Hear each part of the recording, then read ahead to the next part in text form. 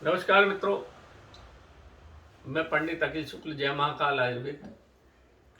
बहुत दिन बाद आपसे आमने सामने बात हो रही है, परंतु ये अतिशय महत्वपूर्ण है मित्रों, इसलिए मैं आज आपके सामने बैठ के ये वीडियो बना रहा हूँ। हमारे बहुत सारे मित्र बंद हैं, बहुत सारे सब्सक्राइबर भी हैं, और उन लोगों के ये प्रश्न थे या पूछते भी हैं, जैसे साधु संतों से भी आप पूछते हो या आप अपने दैनिक जीवन में देखते हो कि मंदिर तो आप खूब जा रहे हैं, लाभ नहीं मिल रहा है।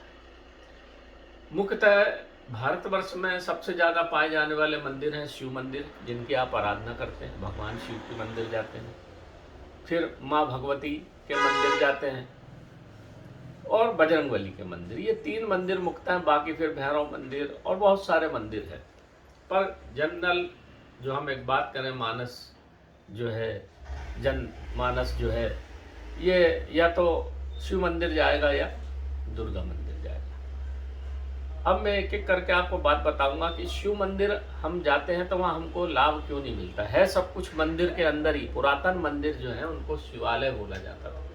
मेरी बात बड़े महत्वपूर्ण है मित्रों, इसको बड़े ध्यानपूर्वक देखें, इस वीडियो को पूरा देखें अंत तक और सबको बताएं। ये बड़ा धर्म का काम है, सनातन धर्म का काम है ये। और आपके दैनिक जीवन में जो परेशानियां घटती उनको, हाँ, ऐसा कोई घर नहीं है भारतवर्ष में जो परेशानी में ना हो। कुछ ना कुछ परेशानियां आती रहती हैं, फिर कम होती, फिर ज़्यादा होती, फिर और आप मंदिर जाते हैं भगवान से प्रार्थना करने, माँ भगवती से प्रार्थना करते हैं, बजरंगबली से प्रार्थना करते हैं, पर उसका जो आशातीत लाभ हमको मिलना चाहिए वो नहीं मिलता। उसके कारण क्या है? बहुत सारे साधु संत हैं, बहुत सारी चैनल हैं, बहुत सारे कथावाचक हैं, पर ये बात कोई बताता नहीं। बताता इसलिए भी नहीं क्योंकि ये किताबों में लिखी नहीं है। कथावाचक जितने हैं आजकल, तो हम तो जानते थे सरकार 2 ही हैं, एक भारतीय सरकार, एक मध्य प्रदेश शासन या स्टेट गवर्नमेंट।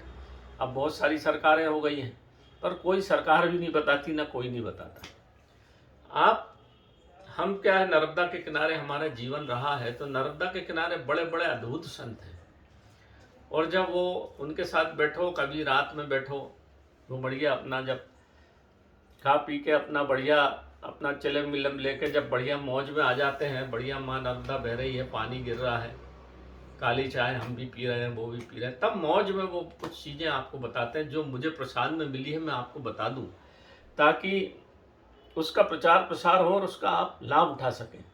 अब अपन मूल बात पे आ जाएं, तो शिवालय बोला जाता है, शिव मंदिर को शिवालय क्यों बोला जाता है? आप जितने पुराने मंदिर देखेंगे, 2000 साल पुराने, 1500 साल पुराने या 1000 साल पुराना मंदिर, उसमें आला बने रहेंगे जगह जगह, 2 पीछे बने रहेंगे, 2 बाजू में बने रहेंगे और बाहर भी 2 बने रहेंगे, इसलिए उसको शिवालय बोला जाता था। बिना शिवालय के शिव मंदिर नहीं होते। पुराने जितने भी मंदिर हैं सब में आपको आला जरूर मिलेगा, शिवालय है ना।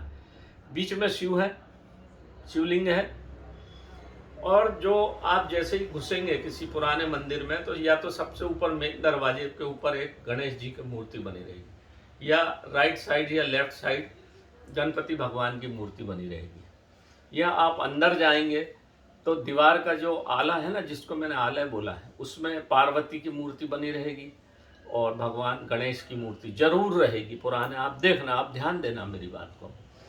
तो हम जब भी पूजा करने जाएं तो सबसे पहले आप गणेश जी को प्रणाम करिए। ओम गण गणपति नमः बोल दीजिए, या मंत्र नहीं जानते तो गणेश जी के बड़े सरल मंत्र हैं, उन पे दीपक लगाइए, पुष्प लगाइए और उनको प्रणाम करिए। गणेश जी को सबसे पहले प्रणाम करिए।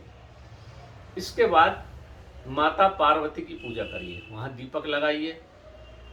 दीपक का स्थान सब जगह रहता है, और जो भी प्रसाद चढ़ाना, पुष्प चढ़ाना है, वहाँ चढ़ा के माता पार्वती से प्रार्थना करिए। सबसे पहले गणेश से प्रार्थना करिए कि हे गणेश भगवान, हम आए हैं आज शिवालय, हमारी प्रार्थना को आप स्वीकार करिए। बिना गणेश की पूजा किए कोई भी पूजा संभव नहीं।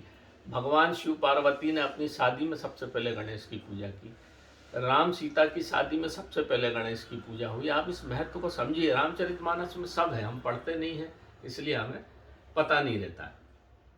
यह संत हमको बताते नहीं है। यह संत बताते भी हैं तो हम ध्यान, बताना क्या, वहाँ सब कुछ है, आप देखो तो आँख खोल के। अब आप गणेश जी से प्रार्थना करने के बाद माता पार्वती के पास जाके अपना दुखड़ा रहिए। माँ पार्वती जगत जननी है, इस पृथ्वी को पालने वाली। चाहे आप रामचरितमानस ले लो, माँ पार्वती ने पूछा और शिव ने बताई। चाहे आप विज्ञान भैरव तंत्र ले लो, जितना तंत्र है माता पार्वती ने पूछा, शिव ने बताया। फिर आप चाहे तो पूरा आयुर्वेद ले लो, माता पार्वती ने पूछा, शिव ने बताया। तो बिना माता के पार्वती के पूजा किए भगवान शिव सुनते नहीं। ये सत्य हो गई बात, ये सिद्ध हो गई बात, ये सब जगह है, गुप्त है, थोड़ा समझो इसको, है ना। तो हम माता पार्वती के पास अपना दुखड़ा रो सकते हैं। माँ पार्वती जगत जननी, इस पृथ्वी को, इसलिए उनका नाम है पार्वती, पृथ्वी पर रहती है। तो हम उनसे प्रार्थना करेंगे, हे माँ जगत जननी, हम आए हैं, हमको ये दुख है, ये कष्ट है। अपने मन में प्रार्थना करिए, सिर्फ प्रार्थना भर कर दीजिए, माँ सब जानती है। माँ को बोलने की आवश्यकता नहीं है, वो हिंदी जानती भी नहीं, अंग्रेजी जानती, कोई भाषा, वो तो मन की सुंदर भाषा को जानती है कि हमारे इस दुख कष्ट को दूर करिए। फिर आप शिव भगवान की पूजा शिवलिंग की करिए। इस तरह से विग्रह होता है, पूजा विधान होता है। फिर आप जब माँ पार्वती के पास दुखड़ा रोते हैं, फिर शिव की पूजा करते हैं, तो माँ पार्वती स्वयं भगवान शिव से बोलती कि देखो आया था, तुम्हारी भी पूजा की, गणेश जी की पूजा की, इसका दुखड़ा दूर करो। तब दुख दूर होता है। हम जाते हैं सीधे मंदिर में, भगवान शिव के गए और पूजा पाठ करी, जल चढ़ाया, फूल चढ़ाया, अपना रोए भगवान लड़के की शादी कर दे, फलाना कर दे, नौकरी लग जाए, भगवान शिव तो सुनेंगे ही नहीं। तो आपका कनेक्शन प्रॉपर लाइन नहीं है। आप देख रहे हो किसी मंत्री के पास भी जाना है तो पहले चपरासी से मिलो, बाहर बैठा है, फिर उसके पीए से मिलो, फिर मंत्री मिलेगा, सीधे आप मंत्री के पास भगा देगा आपको। भगवान शिव अपना लीन रहते हैं। जब माता पार्वती को 12 बजे के बाद समय मिलता है, तब माँ पार्वती आपके कष्टों को उनसे कहती है। ये एक विधान है। आपने देखा होगा, रावण ने पार्वती माता की पूजा नहीं की, केवल शिव को अपने शीश काट के चढ़ाए, और जो पर्वत को उठा दिया तो माँ पार्वती भी नाराज है, पूजा तो की नहीं और नाराज कर दिया उनको। तो माता पार्वती की पूजा नहीं करने के वजह से उसका पूरा, कितनी उसने सिर काटे, सब कुछ दिया भगवान शिव ने, मगर कुछ फलित नहीं हुआ, नुकसान ही हुआ। अंततः उसका क्या हुआ ये सब अपन भली बात जानते। तो आप जब भी शिव भगवान के मंदिर जाएं तो सबसे पहले गणेश जी की पूजा करिए, ओम गणपति नमः आदर पूर्वक नमस्कार करिए। फिर माता पार्वती की वहाँ रहती है विग्रह, उनकी करिए, फिर शिव की करिए, फिर नंदी की करिए, और हाथ जोड़ते हुए पीठ नहीं दिखाना है, सीधे आप बाहर निकलिए और मन में प्रार्थना करके आप आ जाइए। देखिए, आप ये करके देखिए, आपका कष्ट धीरे धीरे दूर होने लगेगा। नंबर 1 बात हुई। इसको, ये बड़े महत्वपूर्ण बात है मित्रों, कोई नहीं बताएगा, आप इसको करना। अब दूसरी चीज है, आप माता के मंदिर, काली मंदिर जाएं, चाहे दुर्गा मंदिर जाएं, वहाँ भी आप क्या करते हैं, सीधे दुर्गा जी के मंदिर में जाते हैं, प्रणाम किया, माँ हमारी ये कर दे, अपनी प्रार्थना लगाई और आ गए। ऐसा नहीं, विग्रह है वो। देखिए, सबसे पहले चलते हैं बजरंगबली झंडा लेके, जहाँ भी माँ होगी सबसे पहले बजरंगबली चलेंगे, उनको बोलते हैं लंगूर वीर। आगे आगे चलते हैं कि माँ केवल लंगूर वीर, झंडा लेके चलते हैं। इसके बाद भैरव, भैरव पुत्र हैं माता काली के, माता भगवती के। जब भी कोई माँ की पूजा करना है तो बिना भैरव की पूजा के कर ही नहीं जाती, वो सुनती ही नहीं, वो उनके पुत्र के जैसे हैं, वो आगे आगे चलते हैं। तो उनको भैरव, प्रसन्न भैरव, विज्ञान भैरव, आपका बटुक भैरव, जितने 8 भैरव हैं, ये माँ के आगे चलते हैं। तो सबसे पहले आपको बजरंगबली की पूजा करिए, वहाँ दीपक लगाइए, प्रसाद लगाइए, फूल पत्र लगाइए। इसके बाद अपन भैरव के पास जाए, भैरव की पूजा करिए, दीपक लगाइए। हर पुराने मंदिर में ये तीनों चीज़ें मिलेंगी आपको, पहले बजरंगबली, फिर भैरव, फिर दुर्गा काली या जो भी हो। इसके बाद आप माँ भगवती, चाहे आप काली मंदिर जाएं, चाहे दुर्गा मंदिर जाएं, चाहे आप बगलामुखी जाएं, वहाँ भी सब जगह मिलेगा विग्रह, आपको ध्यान रखना। इसके बाद माता के पास जाके आप प्रार्थना करिए, तो आपकी प्रार्थना फिर स्वीकार होती है। और इसी क्रम में फिर आप भैरव जी के पास जाइए, बजरंगबली से प्रार्थना करके प्रसाद आदि चढ़ा के अपना आए। तो आप इस चीज़ को ध्यान रखिए, ये एक सिस्टम है, ये एक तरीका है पूजा का जो हमको पालन करना चाहिए। इस तरीके से अगर आप अपनी प्रार्थना पहुंचाएंगे तो माता भगवती भी खुश होती कि देखो बजरंगबली की भी पूजा की, भैरव की भी की, बिना भैरव बजरंग की पूजा किए हुए माता का पूजा करने का लाभ हमको, पूर्ण लाभ कभी नहीं मिलता। तो अब रामचरितमानस में भी है, जब सब कुछ जीत के आ गए, उत्तरकांड में है कि चारों भाई बैठे थे, भगवान राम ऊपर बैठे थे, बजरंगबली नीचे बैठे थे। तो चारों भाइयों ने बोला कि आप भगवान राम से हमारे लिए कुछ प्रार्थना करिए।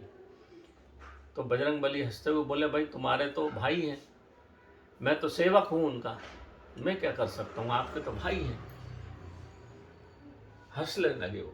तो ये प्रसंग जो बड़ा महत्वपूर्ण है कि बजरंगबली के बिना, और इस संसार में जो अपन कलयुग में है, बिना बजरंग के कोई काम होता नहीं। तो बजरंग के थ्रू ही आपको, बजरंगबली के साथ ही आपको आगे प्रार्थना बढ़ाना पड़ेगी, तो आपकी प्रार्थना स्वीकार होगी। तो ये दो चीज़ें थी मित्रों, इनको बड़ा महत्वपूर्ण चीज़ें हैं दोनों, इनको समझिए और इस रूप से आप अगर चलेंगे, माँ के मंदिर जाइए चाहे शिव मंदिर जाइए, इन दोनों की प्रार्थना करने के लिए जो मैंने विधान बताया है, इस विधान से पूजा करके आएंगे तो आपकी धीरे धीरे समस्याएं कटने लग जाएंगी और भगवान की कृपा आपके ऊपर होने लगेगी। तो नमस्कार मित्रों, मैं पंडित अखिल शुक्ल, जय महाकाल। ये आज छोटी सी एक बात थी जो आपसे कहना था, तो मेरे मन में आई। मैं कोई बहुत बड़ा तंत्र मंत्र का ज्ञाता नहीं, बहुत पंडित विद्वान नहीं हूँ, परंतु जो प्रसाद मिला है वो मैं बांट रहा हूँ। प्रसाद को बांट ही देना चाहिए, इसका जो भी सज्जन लाभ उठाना चाहे उठाइए, क्योंकि ये निश्चित है। मैं बहुत सारे लोगों को देखता हूँ, रोज मंदिर जा रहे सुबह शाम, फिर भी परेशान। तो परेशान इसलिए हैं कि आपकी प्रार्थना, आप लगा एक जो सिस्टम है उसके थ्रू नहीं जाते, इसलिए स्वीकार नहीं होती। तो भगवान से सबसे विनती है, भगवान आप सबको अच्छा रखे, और इस तरह से यदि आप पूजा पाठ करेंगे तो आपको अशतीत नाम मिलेगी। मैं पंडित अखिल शुक्ल, जय महाकाल आयुर्वेद। मेरा मोबाइल नंबर है 9165823800। नमस्कार।